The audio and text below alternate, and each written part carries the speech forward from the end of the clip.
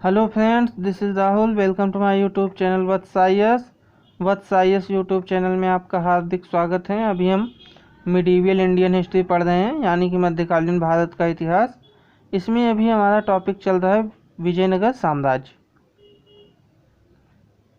ठीक है, विजयनगर साम्राज्य में अभी हम पढ़ रहे हैं संगम वंश के बारे में। 4 वंश मैंने बताए थे, उसमें से पहला वंश था संगम वंश, और उस संगम वंश के अंतर्गत 2 शासकों के बारे में अभी हम पढ़ चुके हैं, हरिहर प्रथम और बुक्का राय प्रथम।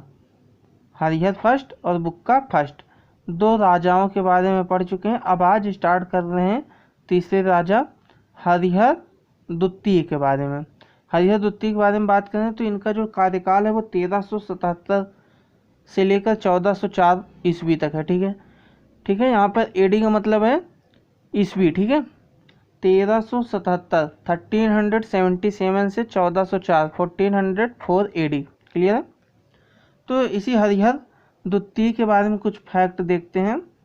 इसकी उपाधियाँ सबसे पहले देखते हैं।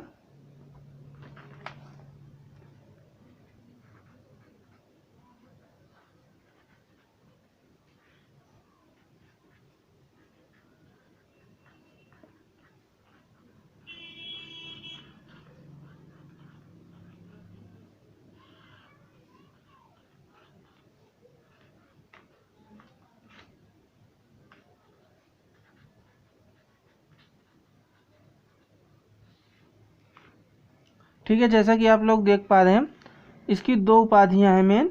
एक है महाराजाधिराज और राज परमेश्वर। ठीक है, अगर हम बात करें दक्षिण भारत का जो विजयनगर साम्राज्य था, इसमें पहला शासक जिसने महाराजाधिराज की उपाधि ग्रहण किया वो यही था, हरिहर द्वितीय। ठीक है, कौन कौन सी उपाधियां धारण की थी? महाराजाधिराज और राज परमेश्वर। तो ये पहला शासक था जिसने महाराजाधिराज की उपाधि धारण किया। इसके पहले हरिहर प्रथम और बुक्का प्रथम, ये 2 शासक आए थे, लेकिन इन दोनों ने कोई भी ऐसी उपाधि धारण नहीं किया था। ठीक है, इस पॉइंट को नोट कर लीजिए।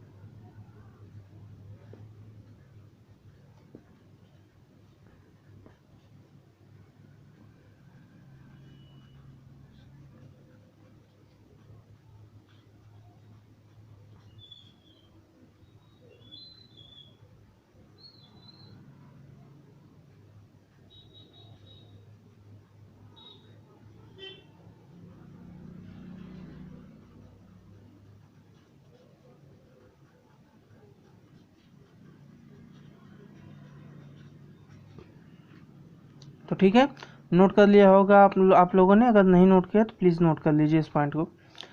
जैसे कि मैंने बता दिया, एक बार फिर से रिपीट कर दे रहा हूँ। हरिहर द्वितीय का शासनकाल है 1377 से लेकर 1404 तक। इसकी उपाधियां हैं महाराजाधिराज और राज परमेश्वर। ये 2 उपाधियां हैं मेनली इसकी। और अगला फैक्ट ये है कि हरिहर द्वितीय जो था, संगम वंश और विजयनगर साम्राज्य दोनों का पहला शासक था जिसने महाराजाधिराज की उपाधि धारण की। ठीक है, अगर क्वेश्चन आता है कि संगम वंश का पहला शासक कौन था जिसने महाराजाधिराज की उपाधि धारण की, तो आपका आंसर हो जाएगा हरिहर द्वितीय, हरिहर सेकंड। और अगर ये क्वेश्चन आता है विजयनगर साम्राज्य का पहला शासक जिसने महाराजाधिराज की उपाधि धारण की, तो भी आपका आंसर हो जाएगा हरिहर द्वितीय। क्लियर है।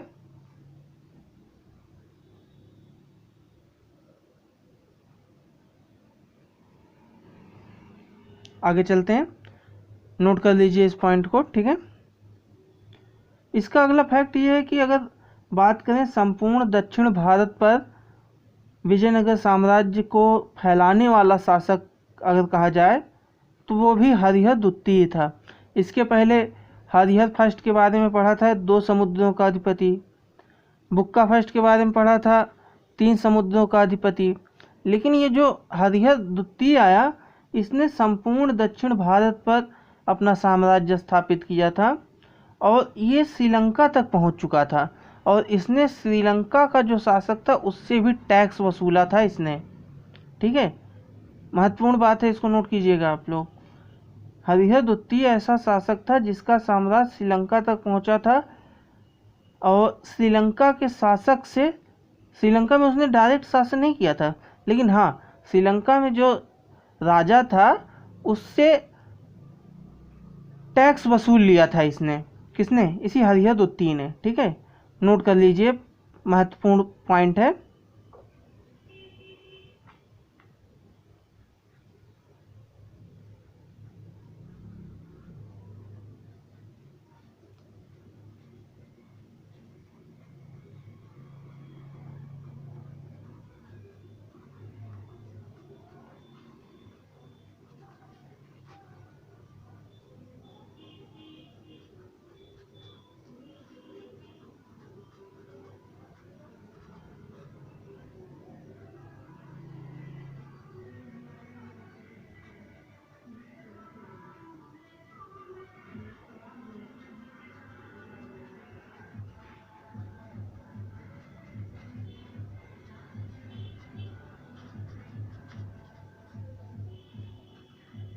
ठीक है, इतना समझ में आ गया होगा आपको।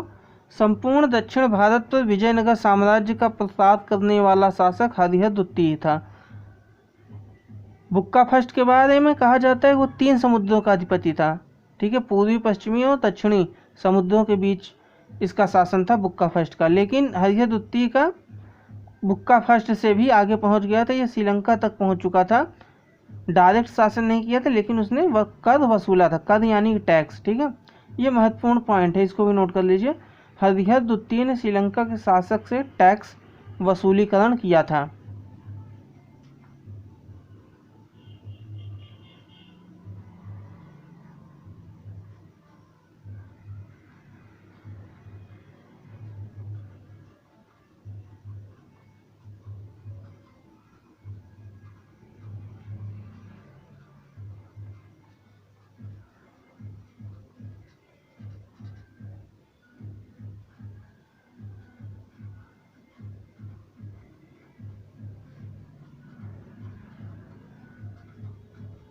ठीक है, अगर आपसे क्वेश्चन आ जाता है कि संगम वंश का कौन सा शासक था जिसने श्रीलंका के शासक से भी कर वसूला था, तो आपका आंसर हो जाएगा हरिहर द्वितीय।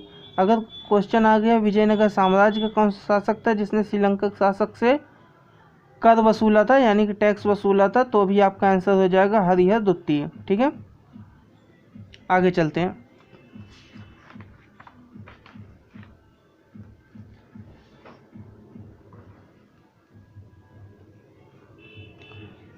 और हरिहर द्वितीय के बारे में एक फैक्ट ये भी है कि ये जैसे शासक बना था 1377 में, तो इसने बहमनी साम्राज्य से 2 क्षेत्र छीन लिए थे, बेलगांव और गोवा। बेलगांव यानी कि बेलगाम जो कि वर्तमान कर्नाटका में है इस समय, और इसके अलावा गोवा जो कि इसमें भारत का एक राज्य है। ठीक है, गोवा और बेलगांव दोनों ही छीन लिया था हरिहर द्वितीय ने। किससे छीना था? बहमनी साम्राज्य से।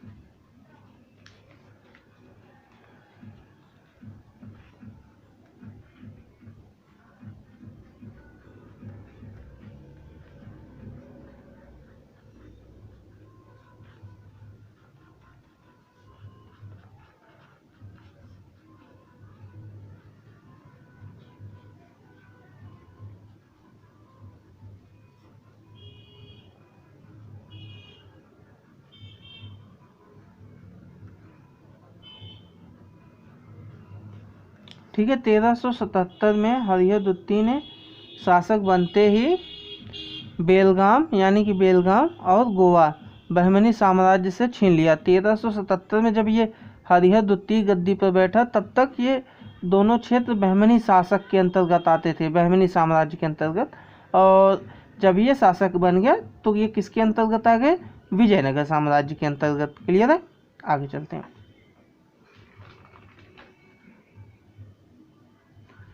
ये इम्पॉर्टेंट फैक्ट रहे हरिहर द्वितीय के बारे में। अब आगे चलते हैं। अच्छा, एक चीज़ और बता दे रहा हूँ हरिहर द्वितीय के बारे में। एक चीज़ और ये है कि इसने पूर्वी समुद्री तट तक अपना साम्राज्य विस्तार करने की नीति अपनाई थी। उसकी नीति ये थी कि पूर्वी समुद्री तट तक अपना साम्राज्य फैलाओ। ठीक है, इसको भी नोट कर लीजिए।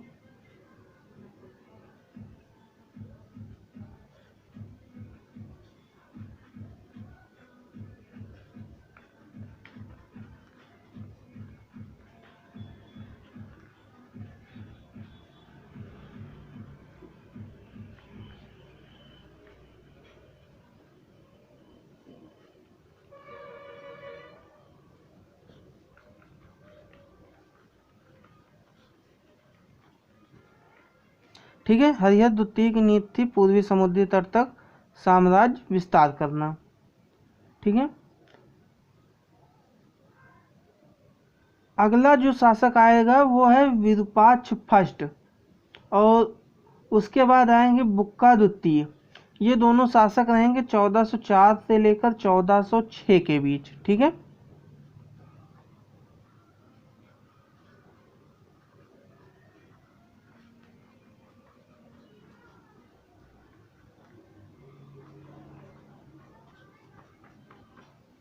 ठीक है। हरिहर द्वितीय के बाद ये दो शासक आएंगे, लेकिन इसमें आपको कुछ नहीं पढ़ना है।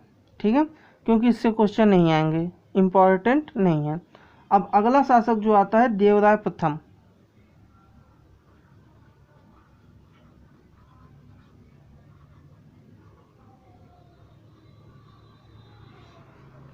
ठीक है, देवराय प्रथम आएगा, इसके बारे में पढ़ते हैं। इसका जो शासन काल है वो 1406 से लेकर 1422 तक है। ठीक है, 1406 से 1422। देवराय प्रथम जैसे ही गद्दी पर बैठा 1406 में, इसका युद्ध हुआ फिरोज शाह से। फिरोज शाह कौन था? ये बहमनी शासक था। ठीक है, तो उन दोनों का युद्ध हुआ, किस चीज़ के लिए हुआ होगा? रायचूर द्वीप के लिए। और वो युद्ध ये देवराय प्रथम हार गया। जीता कौन? फिरोज शाह, ताजुद्दीन फिरोज बहमन शाह नाम था पूरा उसका। ठीक है, फिरोज शाह जीत गया था। पूरा नाम भी लिख दे रहा हूँ।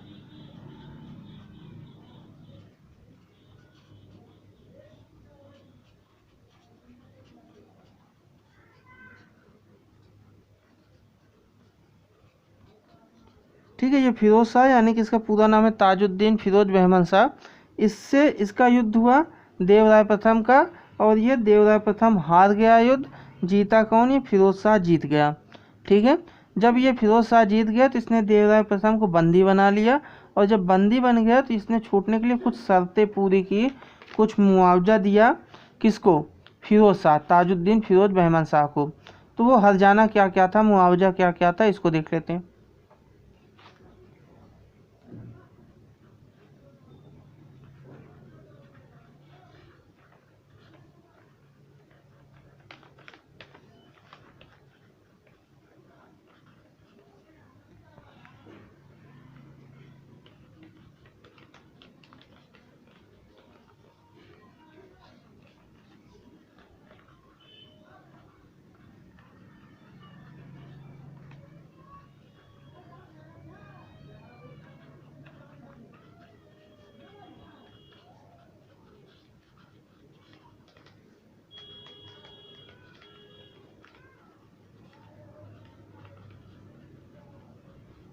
ठीक है, देवराय प्रथम को क्या क्या मुआवजा देना पड़ा, या फिर युद्ध का हर्जाना कह सकते हैं, युद्ध की क्षतिपूर्ति कह सकते हैं। किसको देना पड़ा? फिरोज बहमन शाह को। ठीक है, ताजुद्दीन फिरोज बहमन शाह को क्या क्या देना पड़ा? 10 लाख हूण, और इसके अलावा बहुत सारे मोती देने पड़े, बाकी पूरा क्षेत्र देना पड़ा। इसको कह सकते हैं या तो दहेज में दिया था, ये भी कह सकते हैं कि उसको हर्जाने के रूप में दिया और कहा कि इस क्षेत्र का राजस्व तुम वसूलो, यानी कि इसके राजस्व का पूरा पूरा हक दे दिया गया फिरोज शाह को। किसने दिया? देवराय प्रथम ने। यह भी कहा जा सकता है कि इसने दहेज के रूप में दे दिया, क्योंकि इसने अपनी शादी किया था, अपनी पुत्री की शादी किया था फिरोज शाह से युद्ध के एवज में। ठीक है, युद्ध में जो हारा था वो बंदी बनाया गया था, उसी के एवज में इसने अपनी पुत्री का विवाह फिरोज शाह से किया था। अब आगे बात करते हैं देवराय प्रथम के बारे में। देवराय प्रथम ने पानी की काफ़ी अच्छी व्यवस्था कराया था विजयनगर साम्राज्य में।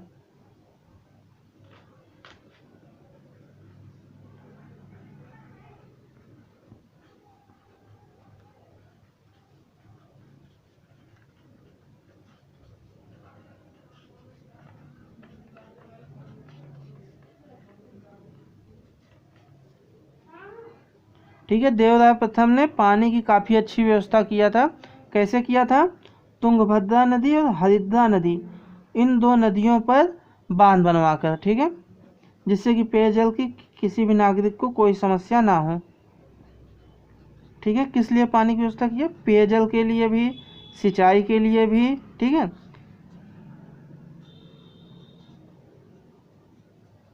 पेयजल और सिंचाई दोनों के लिए पर्याप्त पानी रहे, लेकिन इसमें अगर इम्पॉर्टेंट चीज़ कहा जाए तो वो सिंचाई रहेगा। ठीक है, मुख्यतः सिंचाई के लिए ही किया था, पेयजल सेकेंडरी कारण था पानी की व्यवस्था के लिए। ठीक है, अब इस पानी की अच्छी व्यवस्था के लिए देवराय प्रथम ने क्या किया? बांध बनवाया। किन किन नदियों पर बनवाया? तुंगभद्रा पर और हरिद्रा पर।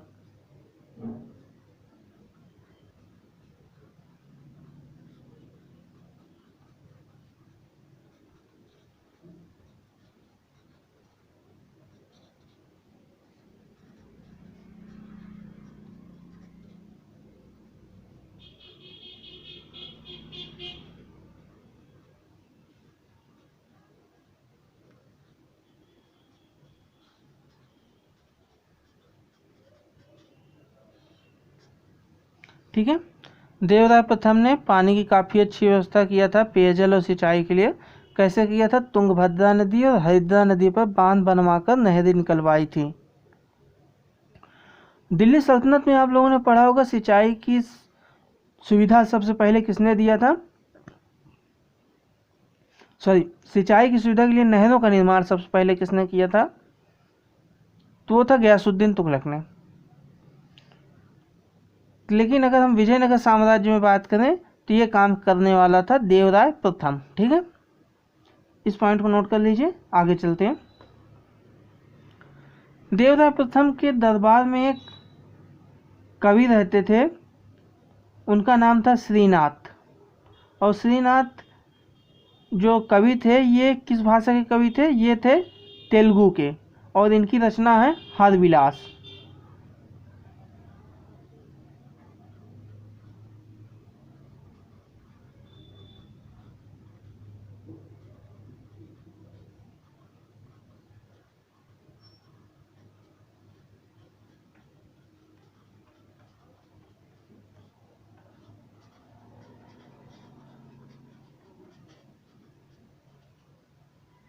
इधर नहीं आ रहा होगा, इधर लिख देना।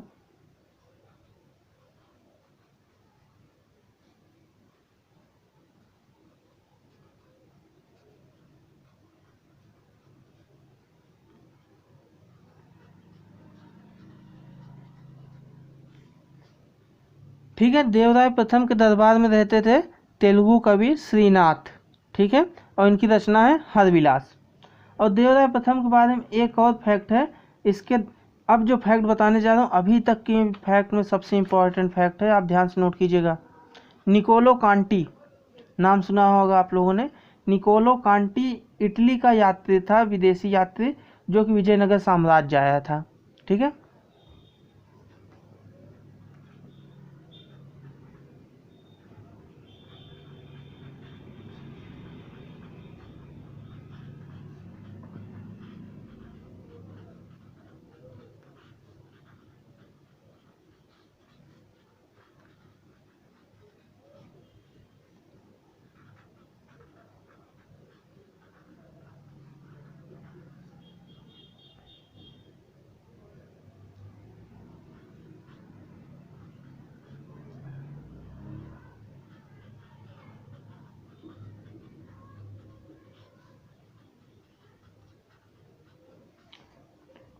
ये विदेशी यात्री कौन था? निकोलो कांटी।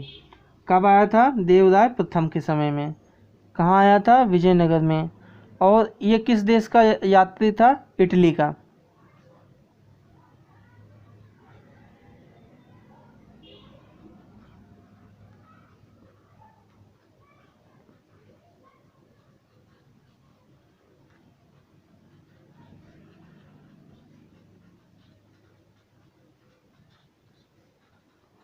और निकोलो कांटी ने यह बताया कि विजयनगर साम्राज्य में दिवाली और नवरात्र ये दोनों त्यौहार काफ़ी धूमधाम से मनाए जाते हैं। ठीक है, किसने बताया है? निकोलो कांटी ने।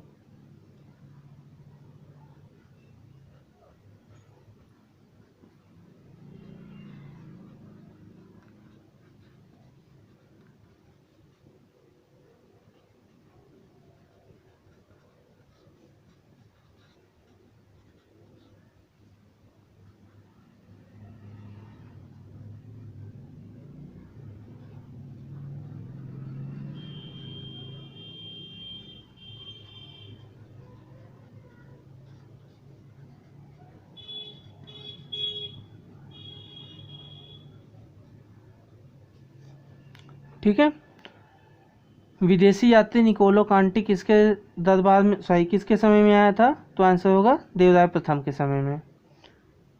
निकोलो कांटी कहाँ का यात्री था? इटली का यात्री था, इटली का मूल निवासी था। और इसने दो त्योहारों की चर्चा किया है, दिवाली और नवरात्रि की। ठीक है, नवरात्रि और दिवाली की चर्चा की गई है निकोलो कांटी के द्वारा। ठीक है, अच्छा एक चीज़ और बता दे रहा हूँ, अभी जो कुछ देर पहले मैंने आपको बताया था देवराय प्रथम के दरबार में तेलुगु कवि थे श्रीनाथ। ये श्रीनाथ जो है आपको आगे देवराय द्वितीय के समय में भी मिलेंगे। ठीक है, देवराय प्रथम और देवराय द्वितीय दोनों के टाइम में ये उनके राज दरबार में रहते थे श्रीनाथ। ठीक है, तो ये रहा देवराय प्रथम के बारे में। तो वीडियो लंबा हो जाएगा इसलिए मैं आगे नहीं चल रहा हूँ, इसके आगे हम अगले वीडियो में पढ़ेंगे। तो आज हमने ख़त्म किया है हरिहर द्वितीय और देवराय प्रथम के बारे में। सारे फैक्ट को आप लोग नोट कर लीजिएगा, सारे इंपॉर्टेंट फैक्ट मैंने बताए जो कि एग्ज़ाम में आ चुके हैं या फिर आ सकते हैं आगे, वही फैक्ट मैंने बताए हैं। ठीक है, तो नोट कर लीजिए सारे फैक्ट को। आज के लिए इतना ही, धन्यवाद।